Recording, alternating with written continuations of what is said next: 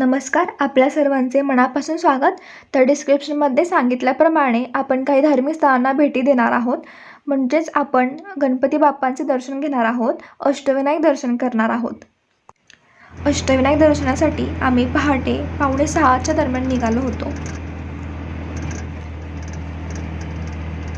जवळजवळ 2 ते 3 तासांच्या या प्रवासानंतर आम्ही मोरगावला पोहोचलो. पुणे जिल्ह्यातील बारामती तालुक्यातील मोरगाव येथील मयुरेश्वर म्हणजेच मोरेश्वर हे अष्टविनायकांपैकी पहिले आणि सर्वात महत्त्वाचे स्वयंभू स्थान आहे. मंदिराच्या बाहेरच नंदी आहेत. सकाळी सकाळी गर्दी असल्यामुळे आणि पुढचा प्रवाससुद्धा लांबचा असल्यामुळे आम्ही मुखदर्शन घेऊन तेथून निघालो. पूर्ण दगडामध्ये असे हे मंदिर आहे.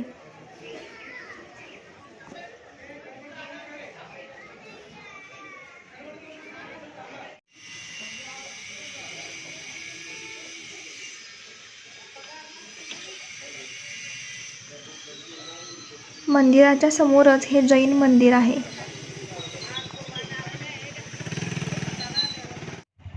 मोरगावपासून जवळजवळ 58 किलोमीटर अंतरावर सिद्धटेकचे श्री सिद्धिविनायक मंदिर आहे.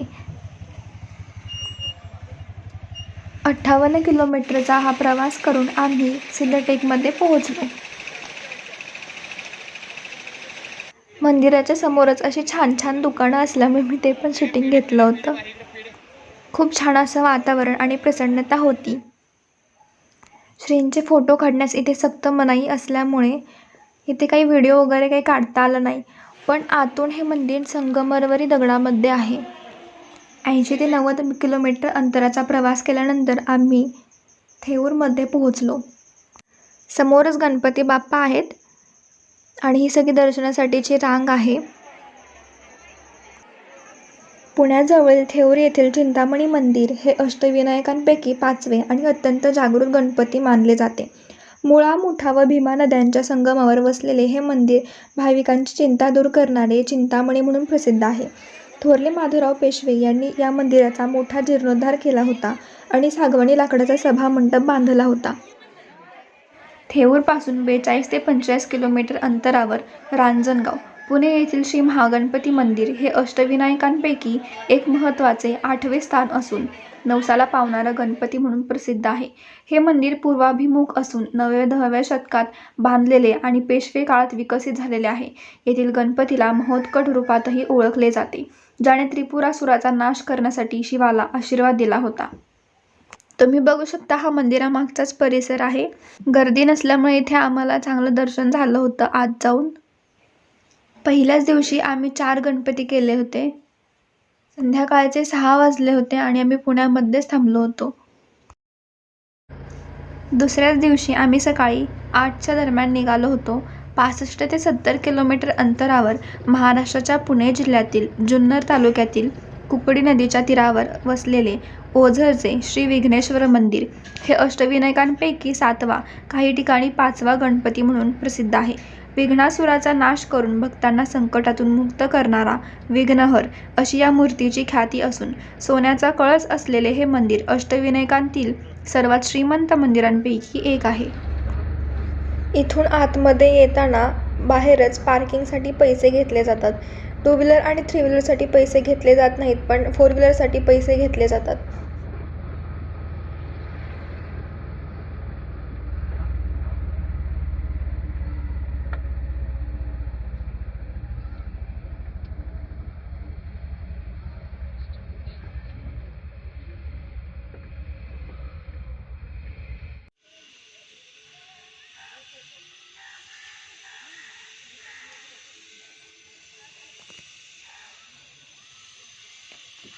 खूप मोठं असं पार्किंग आहे इथे.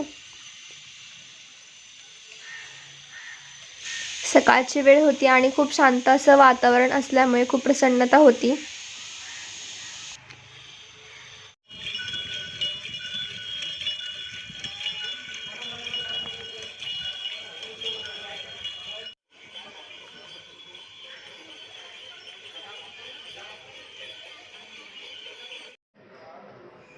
मंदिराच्या समोरचाच हा सगळा परिसर आहे. खूप छान असं हे मंदिर आहे.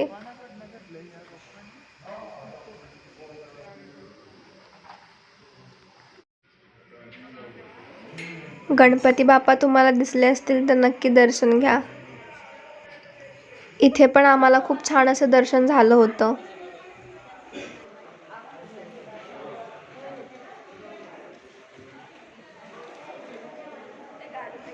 समोरच चप्पल बूट वगैरे ठेवण्यासाठी स्टँड आहे. इथे पैसे वगैरे घेतले जात नाहीत, पण काही ठिकाणी पैसे घेतात.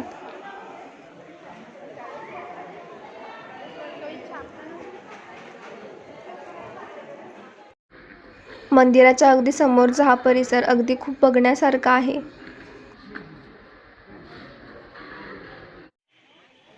प्रसादाची सोय इथे 2 वाजेपर्यंत आहे.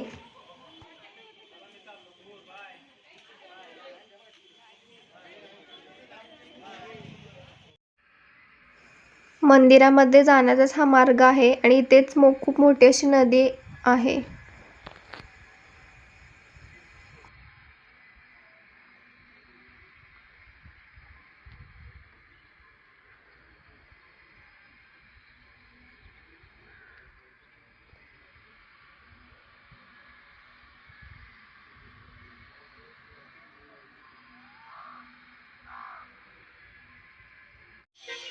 इथे छोटंसं असं महादेवांचं मंदिर सुद्धा आहे. तिथे नक्की दर्शन घ्यायला जा. खूप छान असं दर्शन झाल्यानंतर आम्ही लेण्याद्रीसाठी निघालो होतो. ओझरपासून 12 ते 16 किलोमीटर अंतरावर पुणे जिल्ह्यातील जुन्नर तालुक्यात डोंगरातील गुहेत लेण्याद्री येथील गिरिजात्मज गणपती मंदिर हे अष्टविनायकांपैकी एक असून डोंगराच्या कुशीत वसलेले पवित्र तीर्थक्षेत्र आहे. अष्टविनायकांपैकी 6वे स्थान आहे. पौराणिक कथेनुसार देवी पार्वतीने पुत्रप्राप्तीसाठी लेण्याद्री पर्वतावर 12 वर्षे कठोर तपश्चर्या केली होती. या तपश्चर्येनंतर भाद्रपद शुद्ध चतुर्थीला गणेश प्रकट झाले. त्यामुळे या जागेला अत्यंत महत्त्व आहे.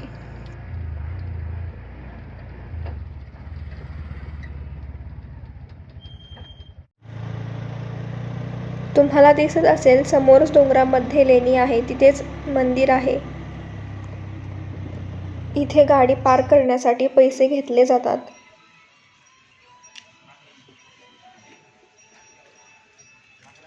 इथूनच वर मंदिराकडे जाण्यासाठी इथे 25 रुपये प्रत्येक व्यक्ती तिकीट आहे. इथून वर जाताना आम्हाला सांगण्यात आलं होतं की इथे वानर आहेत. इथून वर जाताना तुम्ही तुमचे मोबाईल फोन किंवा अजून काही गोष्टी असतील तर ते व्यवस्थित ठेवा, कारण हे खेचून घेतात. जास्वंदाची फुले सुद्धा हे खेचून घेतात.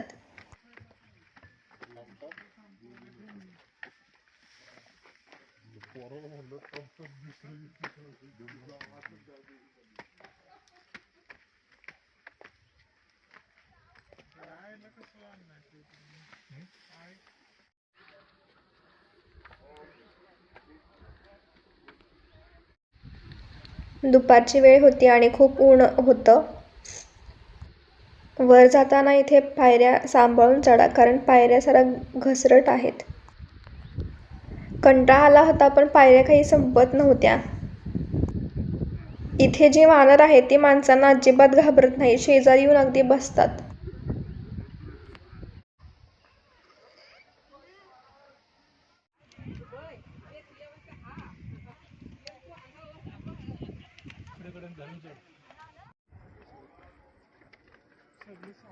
बघू शकता पूर्ण दगडामध्ये अशी ही लेणी आहे.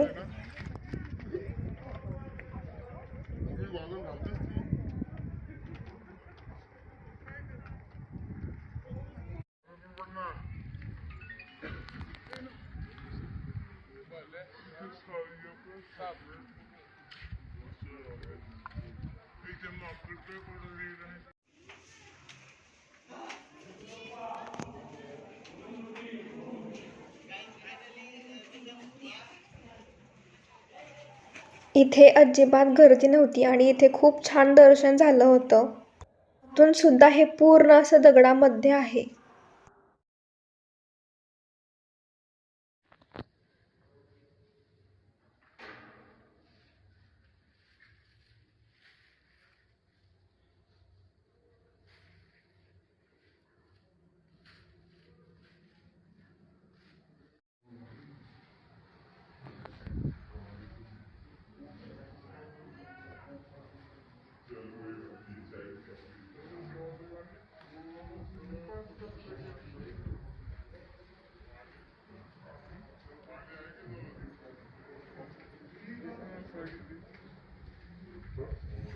खूप छान असं दर्शन इथे झालं होतं.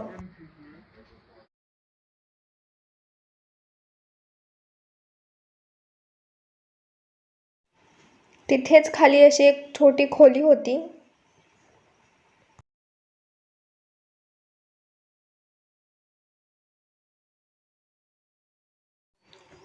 इथे लेणी बघण्यासाठी खूप होती, खूप मोठी आहे आणि बघण्यासाठी. इथेच आम्हाला दुपारचे 3-3:30 वाजले होते आणि पुढे जायचं होतं. दुसऱ्या दिवशी आम्ही ओझर आणि लेण्याद्री हे 2 गणपती केले होते. सगळ्या मंदिरांमध्ये जेवणाची म्हणजे प्रसादाची अगदी व्यवस्थित अशी सोय आहे.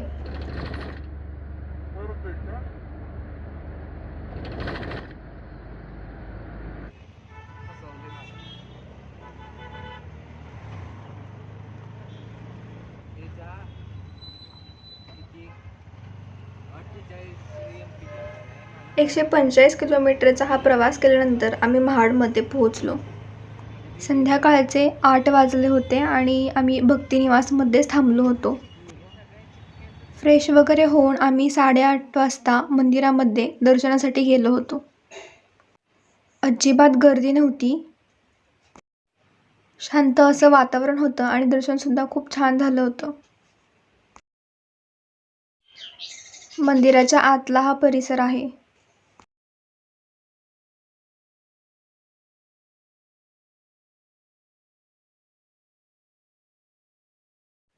मंदिराच्या अगदी मागच्याच बाजूला ही रांगोळी आहे, जी फरशीवर काढलेली आहे. खूप छान अशी रांगोळी आहे. रायगड जिल्ह्यातील महाड खोपोलीजवळ येथील वरदविनायक मंदिर हे अष्टविनायकांपैकी 4थे स्थान असून ते भक्ती व शांततेचे प्रतीक आहे. 1725 मध्ये रामजी महादेव भिवळकर यांनी बांधलेले हे मंदिर स्वयंभू मूर्तीसाठी प्रसिद्ध आहे. हे मंदिर वर देणारा गणपती म्हणून ओळखले जाते.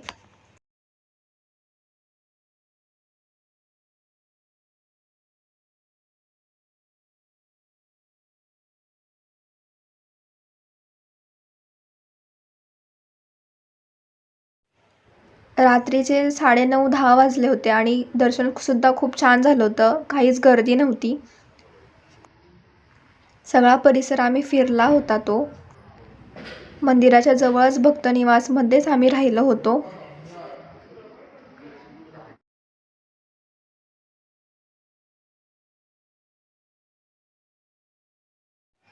हीच ती भक्तिनिवासची खोली आहे जिथं आम्ही थांबलो होतो. चौघांसाठी आमचे 700 रुपये घेतले होते. संध्याकाळी आम्ही 8:30 वाजता तिथे थांबलो होतो.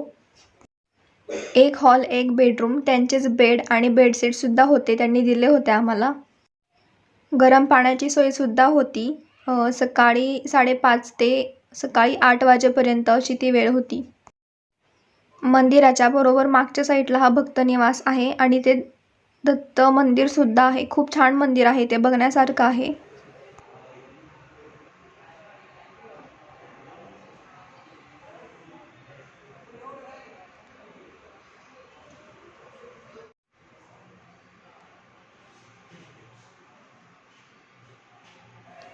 सकाळी 8 वाजले होते. आवरून आम्ही भक्तनिवासमधून बाहेर आलो.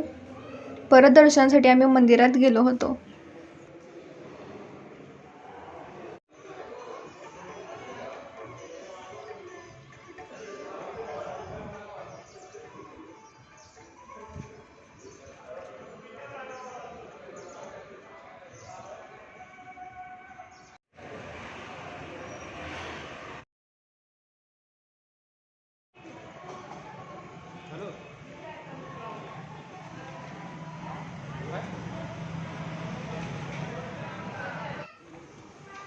इथेच आम्ही थांबलो होतो. इथेच भक्तिनिवास आणि दत्त मंदिरसुद्धा आहे. सकाळी 9-10च्या दरम्यान आम्ही तिथून निघालो होतो. 38 ते 40 किलोमीटर अंतरावर पालीकडे. जातानाच टाटांची कंपनी लागली होती आणि त्याचं पण मी शूटिंग घेतलं होतं. खूप मोठी अशी ही कंपनी होती.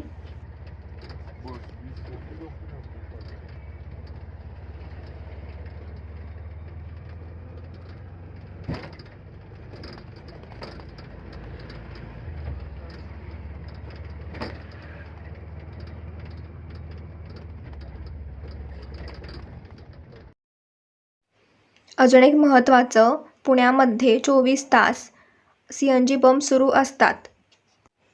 पण 4 व्हीलरसाठी खूप गर्दी असते. 3 व्हीलरसाठी आम्हाला एवढी गर्दी नव्हती, त्यामुळे आमचं पटापटा दर्शन झालं होतं. दिवस 3रा होता आणि आम्ही पालीसाठी निघालो होतो. पाली, रायगड जिल्हा येथील बल्लाळेश्वर मंदिर हे अष्टविनायकांपैकी 3रा गणपती असून भक्ताच्या बल्लाळ नावाने ओळखले जाणारे एकमेव मंदिर आहे. अंबा नदीच्या काठी सरसगड किल्ल्याच्या पायथ्याशी हे मंदिर आहे.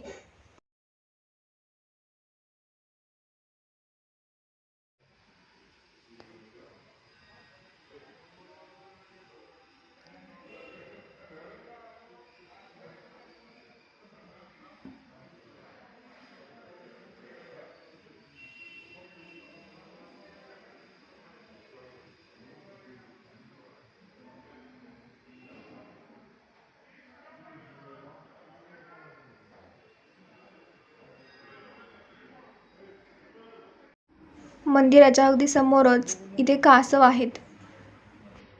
सकाळची वेळ होती, गर्दी नव्हती, त्यामुळे इथे सुद्धा छान दर्शन झालं होतं. सगळा मंदिराचाच परिसर आहे आणि इथेच आम्ही जेवलो होतो, प्रसाद घेतला होता. थेऊरमध्ये सोडून आम्हाला सगळीकडे छान दर्शन झालं होतं. थेऊरमध्ये त्या दिवशी खूप गर्दी होती, त्यामुळे तिथे दर्शन काही मिळालं नाही. इथून आम्ही लगेच मोरगावसाठी निघालो होतो. अष्टविनायक करताना जिथून तुम्ही सुरुवात केली होती तिथे शेवटी सुद्धा दर्शनासाठी यायचं असतं. त्यामुळे आम्ही मोरगाववरून सुरुवात केली होती आणि मोरगावमध्येच परत आलो होतो दर्शनासाठी. पालीवरून येताना आम्ही ताम्हिणी घाटातून आलो होतो. जवळजवळ 3 तास आम्ही त्या घाटामध्ये होतो. तिथे कसलीही दुकानं नाही आहेत, काहीच नाही, सगळं सामसूम आहे.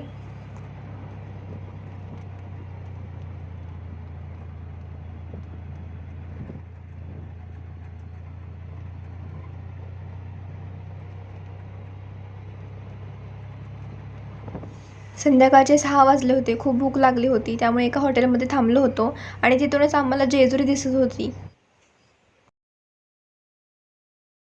संध्याकाळचे 7-7:30 वाजले होते आणि मी मोरगावमध्ये पोहोचलो होतो. इथे सुद्धा गर्दी नव्हती. खूप छान आतमध्ये जाऊन दर्शन झालं होतं.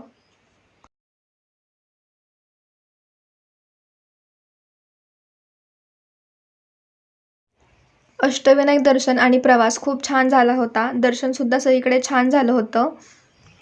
व्हिडिओ तुम्हाला कसा वाटला ते कमेंट करून नक्की सांगा. धन्यवाद.